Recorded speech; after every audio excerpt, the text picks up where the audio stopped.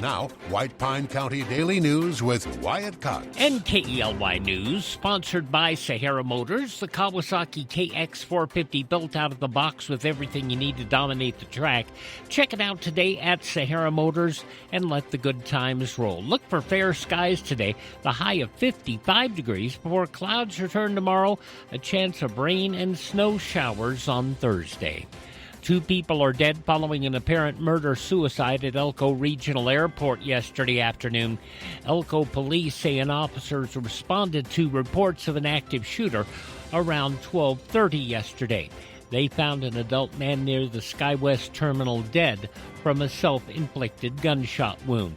Officers then discovered a juvenile in an airport bathroom suffering from a gunshot wound. The child taken to hospital but later died. Investigators believe the man shot the boy before taking his own life. Police say the two knew each other, but their relationship has not been confirmed. They were not from the Elko area and had been reportedly traveling when their rental car broke down. Elko Police Lieutenant Shane Daz says the incident has had a traumatic effect to some members of the Elko community, particularly with the shooting and the death of the juvenile. In a tight-knit community like this, people get very upset, and it's hard for them to process this tragedy, especially because we all have loved ones that are young. And so we start to put ourselves in that position when there is a juvenile involved. Now, the identities of those involved have not been released, pending notification of next of kin.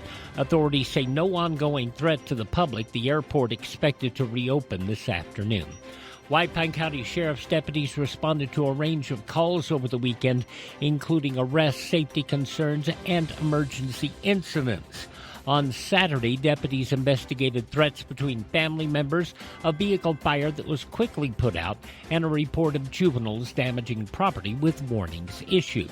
A welfare check involving a child found no issues, and a death in Ely determined to be from natural causes. On Sunday, deputies arrested a 55-year-old McGill man on charges including domestic battery, elder abuse, and failure to register. In a separate case, suspected explosives found at a county residence turned over to the Elko Bomb Squad for disposal.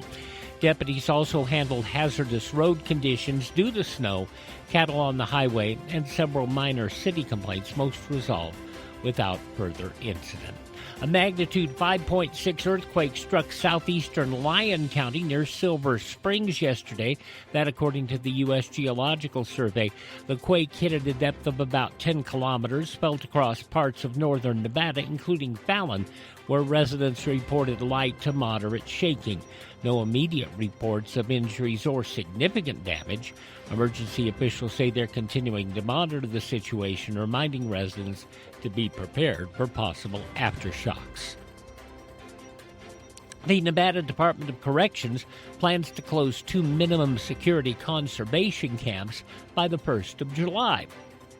The Carlin Conservation Camp and the Jean Conservation Camp will shut down as more offenders qualify for house arrest and other transitional programs, making the facilities less cost-effective to operate. All inmates will be relocated to other correctional facilities by the end of June, and staff will be offered transfer opportunities within the department or other state positions. State officials say the Carlin property will be returned to the city. The closure in Jean not expected to impact the surrounding community. University of Nevada, Reno has placed the dean of its College of Education and Human Development on administrative leave following a recent vote of no confidence. Donald Eason Brooks put on leave after allegations of bullying and unprofessional conduct. University officials say Dr. Janelle Vreeland will step in as acting dean. She brings more than 30 years of experience at UNR, including past roles as vice provost and interim provost. In a statement, the university says it cannot provide further details, calling it a confidential personnel matter. Suspended Pahrump Justice of the Peace Michele Fiore will remain off the bench after the Nevada Supreme Court dismissed her appeal to end her suspension. In a unanimous decision, the court ruled it was too early to intervene, saying the Commission on Judicial Discipline has not yet completed its investigation or filed formal charges. Fiore was suspended following a 2024 conviction involving funds raised for a fallen police officer. Her attorney argued the commission lacks jurisdiction, but the case will now move forward.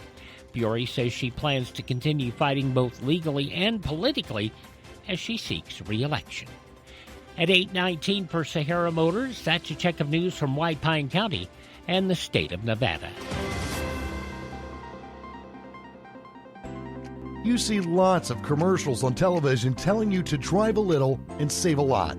Dealers wanting you to drive to Salt Lake, Elko, Reno, and even Las Vegas. But ask them one question. What happens if there's a problem? Do you have to drive 3, 4, or even 6 hours to get service?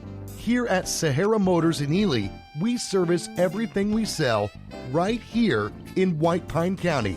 Shop here first, get our best deal, and you get that best deal by telling Shauna that Wyatt sent you by. Then if you want, shop other places.